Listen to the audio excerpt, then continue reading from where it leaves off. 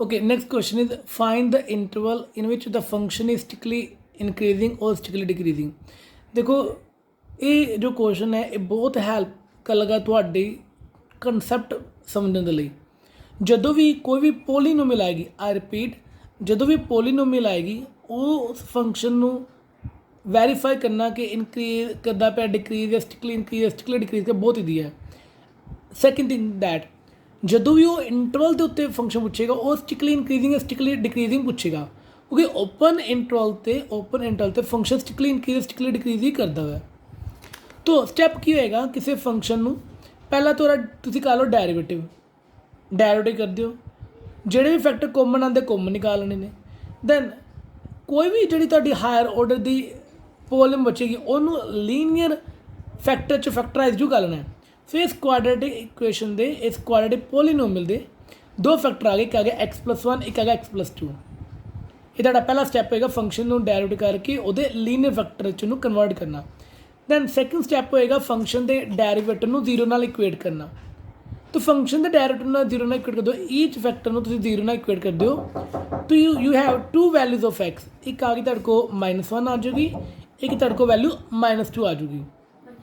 ਦੋ ਵੈਲਿਊਜ਼ ਆ ਜਾਣਗੀਆਂ, ਇੱਕ ਆ ਜਾਣਗੀਆਂ -1 ਆ ਜਾਣਗੀਆਂ, ਇੱਕ ਆ ਜਾਣਗੀਆਂ -2 ਆ ਜਾਣਗੀਆਂ। ਤਾਂ ਦੋ ਵੈਲਿਊਜ਼ ਨੇ, ਇੱਕ -1 ਤੇ -2 ਆ ਜਾਣਗੀਆਂ। ਕਲੀਅਰ ਹੈ?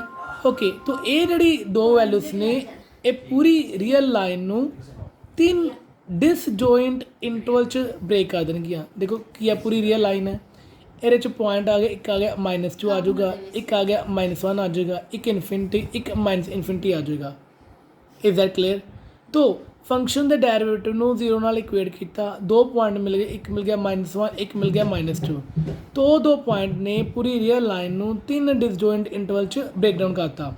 -ਇਨਫਿਨਿਟੀ ਟੂ -2, ਇੱਕ -2 ਟੂ -1, ਇੱਕ -1 ਟੂ -ਇਨਫਿਨਿਟੀ, ਓਪਨ ਇੰਟਰਵਲ 'ਚ ਕਨਵਰਟ ਕਰਨਾ ਹੈ। ਦੈਨ ਆਪਾਂ ਈਚ ਇੰਟਰਵਲ ਦੇ ਵਿੱਚ ਫੰਕਸ਼ਨ ਦੇ ਡੈਰੀਵੇਟਿਵ ਦਾ ਸਾਈਨ ਚੈੱਕ ਕਰਨਾ ਹੈ। ਰਾਈਟ, ਦੇਖੋ -6 ਤੇ ਆਲਰੇਡੀ ਪੋਜ਼ਿਟਿਵ ਤੇ ਇੱਕ ਸਾਈਨ ਆਲਰੇਡੀ ਨੈਗੇਟਿਵ ਲੱਗਾ ਰਹੇਗਾ।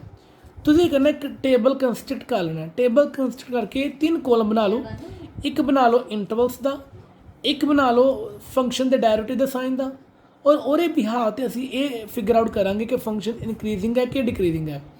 देखो इंटरवल आया -infinity to -2, -2 to -1 and -1 to +infinity. ये गल ध्यान देना, जो भी रियल लाइन कंसिडर करोगे नंबर सब तो छोटा on the left hand side तो लिखा जाएगा, एंड जो नंबर वड्डे बिगर होंदे रहणगे उदा दा तुसीं राइट हैंड साइड ते आ जाना है। तो जो पॉइंट ने -1 -2 कुछ इस तरीके नाल रखोगे, सब तो पहले -इनफिनिटी, फिर छोटा नंबर -2, फिर उससे बड़ा नंबर -1 अप टू फिर infinity at last. So -infinity to -2 ਦੇ ਵਿੱਚ ਤੁਸੀਂ ਫੰਕਸ਼ਨ ਦੇ ਡੈਰੀਵੇਟਿਵ ਦਾ ਸਾਈਨ ਚੈੱਕ ਕਰਨਾ ਹੈ। ਦੇਖੋ ਨੈਗੇਟਿਵ ਸਾਈਨ ਆਲਰੇਡੀ ਤੁਸੀਂ ਲਿਖ ਲੈਣਾ, ਇਹ ਆਏਗਾ 6 ਪੋਜ਼ਿਟਿਵ ਦਾ ਕੋਈ ਰੋਲ ਨਹੀਂਗਾ। x+1 ਤੇ x+2 ਦੋ ਫੈਕਟਰ ਨੇ, ਦੋਨਾਂ ਦਾ ਸਾਈਨ ਚੈੱਕ ਕਰਨਾ ਹੈ। ਦੇਖੋ -इनफिनिटी -2 ਇਹਦੇ 'ਚ ਤੁਸੀਂ ਰੈਂਡਮਲੀ ਕੋਈ ਵੀ ਪੁਆਇੰਟ ਪੁੱਟ ਕਰਕੇ ਵੇਖ ਲੈਣਾ ਹੈ ਦੋਨਾਂ ਦੇ ਵਿੱਚ। ਰਾਈਟ, तो दोनों च कोई भी पॉइंट पुट करके वेखोगे तो इसका साइन चेक कर लेना है। लाइक अगर तुम -3 पुट कर दो तो ये साइन की आ गया नैगेटिव, ये -3 पुट कर दो साइन की आ गया नैगेटिव, तो minus positive positive negative negative, तो ओवरऑल साइन की आ गया नैगेटिव। तो इस इंटरवल के फंक्शन की करता पे डिक्रीज करता पे। लाइक -2 -1 उन्हें इस इंटरवल की गल करते हैं आप, -6 का साइन और नैगेटिव सच आ जाएगा। -2 और -1 ਇਹਦਾ साइन वेखांगे, या तो कह लो -1 तो छोटे के लिए इन्ने इंटरवल आना है नैगेटिव, तो -1 तो छोटे पॉइंट मौजूद ने तो नैगेटिव आ जाएगा। इन्हें नैगेटिव होना से जो -2 तो छोटे वाले पॉइंट पर करोगे, बट इतने कोई भी पॉइंट -2 तो वड्डा ही रहेगा। तो इस इंटरवल इस फैक्टर च कोई भी पॉइंट पुट करोगे इस इंटरवल च पॉजिटिव ही रहेगा। तो 3 फैक्टर का प्रोडक्ट करोगे विद साइन नैगेटिव नैगेटिव की होएगा पॉजिटिव, तो ओवरऑल क्या आ गया इंक्रीज करता है, साइन पॉजिटिव आ रहा है। ऐसे देखना -1 और इनफिनिटी चेक करिए, -6 का साइन आ गया नैगेटिव, x+1 का जो साइन आ जाएगा -1 तो मगर आएगा साइन नैगेटिव, पर -1 तो मगर जाना ही नहीं है, तो ये मतलब ए फैक्टर आएगा पॉजिटिव। इस तरीके ना ए फैक्टर चाहिए, ए फैक्टर नैगेटिव कदों होएगा जो तुम पॉइंट पुट करोगे -2 तो छोटे वाले, पर -2 छोटे पॉइंट पुट करने ही नहीं है, अभी -2 तो बड़े पॉइंट पुट करने नहीं। तो ये फैक्टर का साइन क्या है, for any value of x like in this interval वो क्या पॉजिटिव।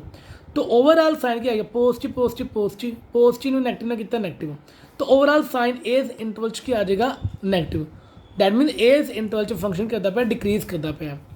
तो दैट मीन किहड़े वो इंटरवल ने जिते फंक्शन ने स्ट्रिक्टली इनक्रीज किया ओनली वन इंटरवल -2 एंड -1। और किहड़े ऐसे इंटरवल जितने फंक्शन ने डिक्रीज किया, दैट इज एक -∞ टू -2 और एक -1 टू इन्फिनिटी। क्लियर है? So it is very much clear the I think कि कोई पॉलीनोमियल गिवन होएगी और डेरिवेटिव करो, डेरिवेटिव करके जड़ी भी हायर ऑर्डर की क्वाड्रेटिक आएगी उन्होंने सप्लिट कर दो लीनियर फैक्टर दे विच, ईच फैक्टर में 0 ਨਾਲ इक्वेट कर दो, तुहाडे कोल पॉइंट मिलते रहणगे। फिर रीयल लाइन में उन्होंने इंटरवल च ब्रेक कर लो, सब तो छोटे पॉइंट तो लैके वड्डे वड्डे पॉइंट तक जाना। फिर एक कॉलम बन जाएगा इंटरवल का, एक डेरिवेटिव का और एक इनक्रीज डिक्रीज, और अकॉर्डिंगली पता चलेगा। इंटरवल ਦੇ ਵਿੱਚ साइन देख लो, फैक्टर देख के आते पे ने, ओवरऑल साइन मल्टीप्लाइड करके पता चलेगा। अगर साइन नैगेटिव आता पे तो उस इंटरवल च फंक्शन डिक्रीज करता है, और अगर उस इंटरवल च साइन पॉजिटिव आता पे, साइन कितना वे ना डेरिवेटिव का, साइन डेरिवेटिव वे ना बिहेवियर फंक्शन का आएगा। सो और अकॉर्डिंगली आप गिवन इंटरवल जिन्ना जिन्ना तो इनक्रीज करता पे और किन्ना किन्ना तो डिक्रीज करता पे, ये चैक करने है इंटरवल के लिए। सेम और किसी भी लोगरिथम के लिए और भी प्रोसेस सेम होएगा। फिलहाल पॉलीनोमियल का लिए